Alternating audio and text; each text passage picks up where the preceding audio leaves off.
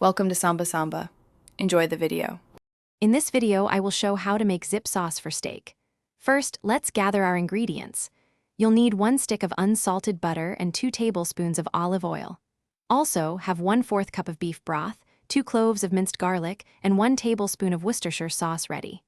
Don't forget fresh parsley, salt, black pepper, and a pinch of dried oregano to complete your flavor profile. These simple items are the foundation for a truly delicious sauce. Now, let's start cooking. In a small saucepan, melt 1 stick of unsalted butter with 2 tablespoons of olive oil over medium heat. Once melted, add your minced garlic and sauté it for about 1 minute until it becomes fragrant.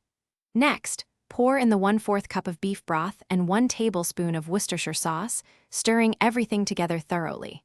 Bring this mixture to a gentle simmer, letting those wonderful flavors begin to meld. To perfect your zip sauce, continue simmering it gently for about 5 to 7 minutes. This allows the sauce to reduce slightly and concentrate its flavors. Now is the time to season it generously with salt, black pepper, and a pinch of dried oregano.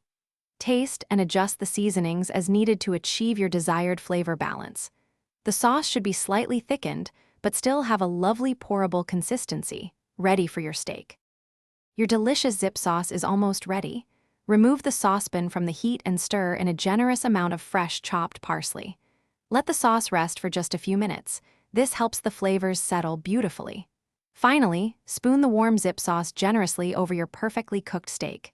This rich, savory sauce truly elevates any cut of beef, making every bite a delightful experience. Enjoy your meal. Thanks for watching. Consider subscribing if we helped you.